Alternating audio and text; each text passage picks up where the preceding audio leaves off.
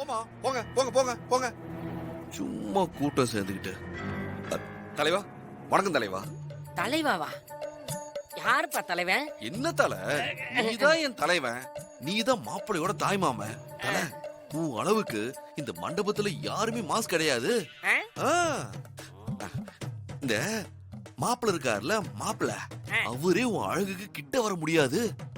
அப்படிங்கிற? ஆ. நான் அவ்வளவு பர்சனாலிட்டி அவர்தான்.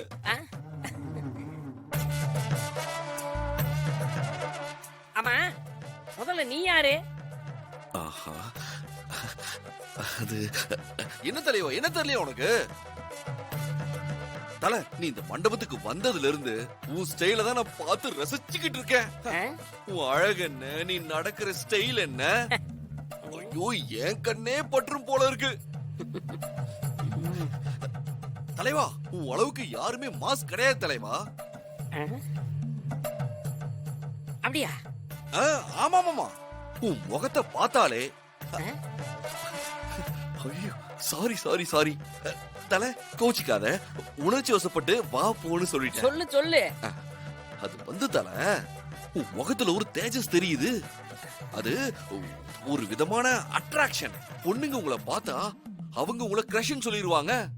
அவங்க என் பிரஷன் தான். அது பிரஸ்ல தலைவா, கிரஷ் கிரஷ். அவங்க என்ன கிரஷ்னு சொல்லுவாங்க? கிரஷ்னா பொண்ணுங்களுக்கு ரொம்ப பிடிச்சவங்கள அப்படிதான் சொல்லுவாங்க. அதான் கிரஷ். ஓ, ஆக்சுவலி காலேஜ் பொண்ணு கூட இந்த மாதிரி தான் சொல்லியிருக்காங்க நான் ஸ்டூடெண்டா இருக்கும்போது.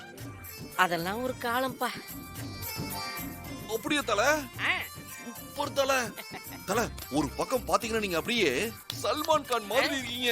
இன்னொரு பக்கம் பார்த்தா அப்படியே ஷாருக் கான் மாதிரி இருக்கு தலைவா.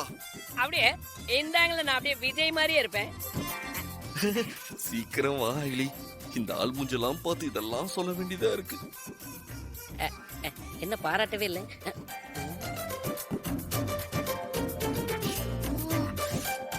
தம்பி, ஆமா அங்க யார பாத்துக்கிட்டே இருக்க?